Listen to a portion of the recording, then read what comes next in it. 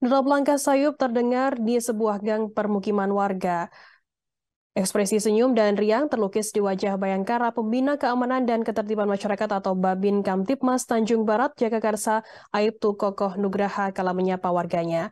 Pada Minggu 18 Juni, Aibtu Kokoh terlihat semangat menyambangi salah satu anak penyandang disabilitas di Tanjung Barat.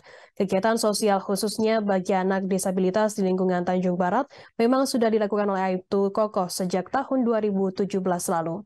Informasi lebih lengkapnya akan disampaikan oleh rekan jurnalis kami dari wartakotalive.com. Ada Nurma Hadi akan melaporkannya. Silakan rekan Nurma.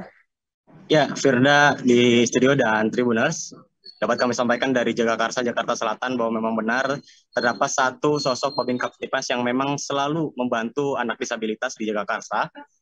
Salah satunya adalah Azriel, pengidap cerebral palsy atau kelumpuhan otak begitu. Nah, kegiatan sosial khususnya bagi anak disabilitas di lingkungan Tanjung Barat memang sudah dilakukan Aibtu Kokoh sejak tahun 2017 lalu.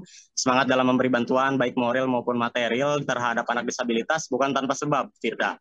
Polisi lulusan Bintara tahun 1999 itu pun menceritakan awal mula hatinya terketuk untuk membantu sesama khususnya anak disabilitas. Sekitar tahun 2009 lalu, Kokoh bercerita saat itu dia bertugas sebagai kepala pos polisi di Polsek Kempo, Kabupaten Dompu, Nusa Tenggara Barat. Kokoh yang saat itu bertugas sendirian mendengar suara yang jaraknya tak jauh dari posnya.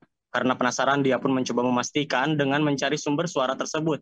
Kondisi gelap gulita dan dipenuhi pohon besar nan rimbun sempat menyulitkan Kokoh dalam menemukan suara-suara itu.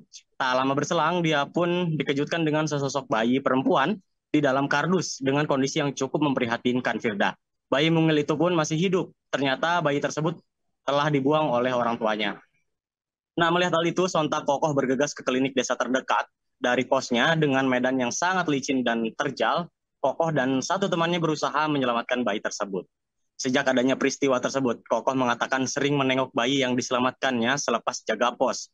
Tak tanggung-tanggung, Firda dan Tribuners, dia juga menyisakan sebagian gajinya yang saat itu sebesar 1,5 juta rupiah untuk membelikan popok hingga kebutuhan lainnya bagi si bayi. Alhasil dia hanya memegang uang sebesar 200.000 dalam 1 bulan. Hal itu berlangsung kurang lebih selama 1 tahun lamanya. Dari kejadian itulah Kokoh mengatakan ingin selalu berbagi kebaikan kepada siapapun, khususnya kepada anak penyandang disabilitas. Hingga pada tahun 2010 dirinya pindah tugas ke Polsek Jagakarsa. Kokoh mulai mencari cara agar dia bisa bermanfaat bagi lingkungannya. Pada tahun 2016 lalu, Kokoh bertemu seorang pria bernama Andri yang sedang mengumpulkan uang recehan untuk donasi penyandang disabilitas. Disitulah awal mula Kokoh mulai menuangkan ide dan gagasannya dalam memberi dukungan baik moral maupun material bagi anak disabilitas di lingkungannya. Alhasil, Kokoh bersama Andri mulai membentuk sebuah komunitas peduli anak disabilitas bernama Forsiwa atau Forum Silaturahmi Warga. Dari Forsiwa inilah, Kokoh mulai rutin menyambangi para penyandang disabilitas di Tanjung Barat. Bahkan dalam 1 bulan, para penyandang disabilitas tersebut akan dikumpulkan di sebuah tempat. Hal itu dilakukan untuk menumbuhkan rasa percaya diri serta memberi dorongan semangat sesama penyandang disabilitas.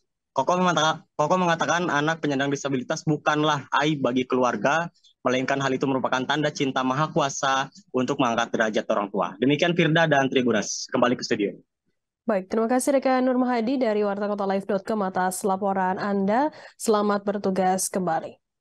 Akan kami tampilkan Tribuners berikut wawancara dari Babin Kamtipmas Tanjung Barat, Ya. Aibtu Kokoh Nugraha. Berikut liputan untuk Anda. Ya, terima kasih. Awalnya sih saya sebenarnya memang pada saat itu tuh jauh di tahun 2009 itu saya bertugas di Polda Nusa Tenggara Barat dulu ya. Itu kami bertugas di jajaran Polres Dompu, di Polsek Kempo dan Polsek Calabai PK.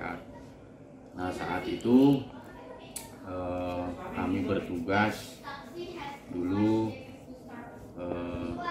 di sebuah dusun, namanya Dusun Kadindi, dan di sana kami bertugas sebagai abdi negara yang melayani dengan situasi dan kondisi dengan keterbatasan lingkungan yang saat itu listrik pun juga belum kesentuh. Saat itu pada saat malam hari Terima kasih sudah nonton. Jangan lupa like, subscribe, dan share ya.